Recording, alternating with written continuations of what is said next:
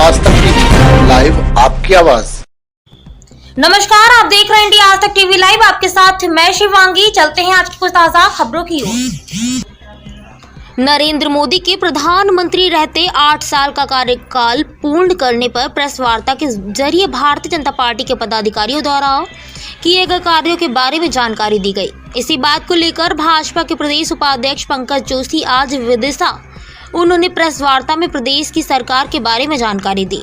उन्होंने केंद्र और प्रदेश सरकार को डबल इंजन की सरकार बताते हुए तेजी से विकास की राह पर ले जाने के बाद कहीं एक इंजन में प्रधानमंत्री नरेंद्र मोदी की तो दूसरे इंजन में मुख्यमंत्री शिवराज सिंह चौहान का जिक्र किया। हालांकि महंगाई के सवाल पर वे कुछ गोलमाल जवाब देते रहे। ब्यूरो चीफ मुकेश चतुर्वेदी की खास रिपोर्ट। कि युवाओं को मौका मिलेगा, संगठन के अंदर हमने युवाओं को मौका दिया है। 35 साल से अंदर का युवा मोर्चा बनेगा, हमने वो किया है। महिलाओं की भागीदारी, हमने हमारे मुख्यमंत्री जी ने पिछड़े वर्ग के आरक्षण की बात कही थी, वे अड़े रहे।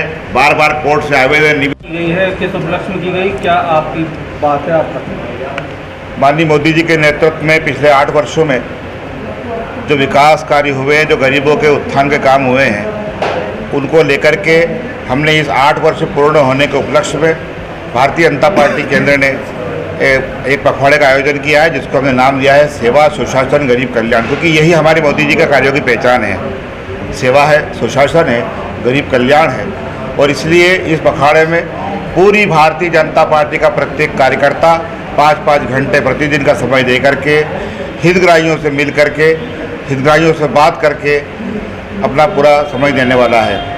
इस निमित्त सभी मोर्चों को, पार्टी के सभी कार्यकर्ताओं को अलग अलग प्रकार के काम दिए गए हैं। जैसे आज अनुसूचित जाति मोर्चा, जिसका कि मैं प्रदेश प्रभारी भी हूँ, आज आजवा मोर्चे का हमारा कार्यक्रम है अनुसूचित जाति बस्तियों के अंदर हितग्राहियों से संपर्क का कार्यक्रम। पूरे देश में अगले 15 तारीख तक हर बस्ती के अंदर हर वर्ग के हितग्राही, किसान, श्रमिक से लेकर के हर प्रकार के हितग्राही तक, आदिवासी, जनजाति के लोग, अनुसूचित जाति के लोग, हम सब में पहुंचने वाले हैं। हमारा वर्ग, पार्टी का कार्यकर्ता सब जगह पहुंचने वाला है और मोदी जी के 8 वर्षों के लोक कल्याणकारी कार्यों के बारे में बात करने वाला है, हितग्राहियों से संपर्क करेगा। महंगाई को लेकर क्या निराकरण जल्दी ही सरकार करने वाली है? कोरोना काल में सारा विश्व, निश्चित रूप से अर्थव्यवस्था सारे विश्व की डगमगाई है, लेकिन भारत ने फिर भी उस अर्थव्यवस्था के दौरान भी गिरती हुई अर्थव्यवस्था को संभालते हुए अपने भारत की अर्थव्यवस्था को संभाला है। और इतना ही नहीं, गरीबों के कल्याण के लिए, विकास के लिए पैकेज भी दिए हैं। जहाँ रेहड़ी पटरी वालों के रोजगार बंद हो गए थे, गरीबों के रोजगार की चिंता हो गई थी, इसलिए अन्न की व्यवस्था भी की है। लेकिन अर्थव्यवस्था को पटरी पर लाने के लिए भी पार्टी ने, जहां सरकार ने स्वावलंबी भारत की कल्पना दी, भारत के अंदर बनी हुई चीज़ों का उपयोग करने का आह्वान किया, हर तरह से भारत की अर्थव्यवस्था को मजबूत करने के लिए माननीय मोदी जी के नेतृत्व में सरकार काम कर रही है।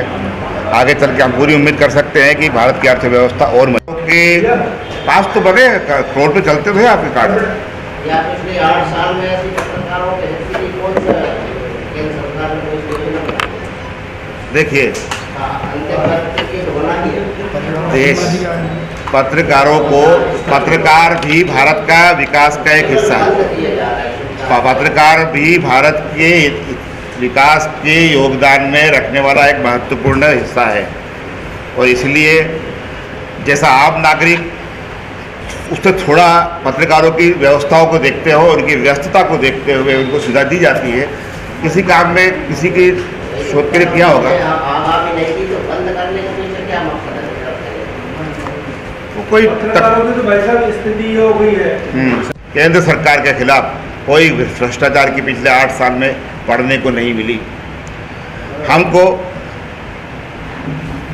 कश्मीर के अंदर मोदी जी के प्रधानमंत्री बनने के बाद पत्थर फेंकने की घटनाओं पे जिस प्रकार से लगाम लगी है, आतंकवादियों के जिस प्रकार से सर कुचले गए हैं, सर उठाने वालों के सर कुचल दिए गए हैं आतंकवादियों के, ये भारत, नए भारत ने करके दिखाया है। जो पाकिस्तान बार बार धमकियां देकर के घुसपैठ करके देश के अंदर तोड़फोड़ मचाने का प्रयास करता था, सर्जिकल स्ट्राइक के द्वारा उसी की भाषा में जवाब देने का एक स्वाभिमानी कदम भारत ने उठाया। ये मोदी जी के नेतृत्व में हुआ है। ये भारत वही है लेकिन 2014 के पहले का।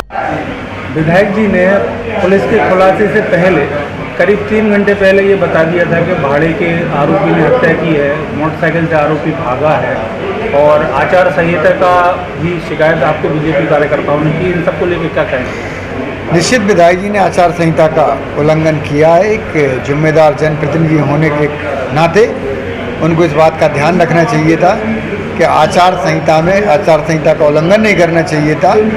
और अगर कोई चीज़ है तो इस बात की गंभीरता उनको रखना चाहिए थी कि पहले पुलिस उसको बताए कि किस तरह के काम अपराधियों ने किए हैं। आपके माध्यम से मैं पुलिस प्रशासन को धन्यवाद देना चाहता हूं कि उन्होंने जल्दी अपराधियों को गिरफ्तार किया। वो जो आरोप विधायक जी लगा रहे थे, अब वो बताएं कि शैलेन पटेल कौन है। टुंडा ही नाम है यादव। वो टुंडा किस पार्टी से संबंधित है ये हम सबको मालूम है कि वो कांग्रेस पार्टी से संबंधित है। तो इससे निश्चित इस बात का खुलासा हो जाए कि कौन लोग उसके पीछे थे इस हत्याकांड में। जब उन्होंने पुलिस को ज्ञापन देने पहुंचे थे तब उन्होंने 2 बार।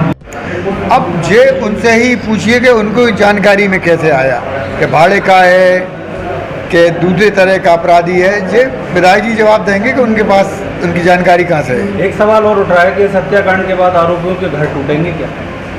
आरोपियों के घर टूटेंगे?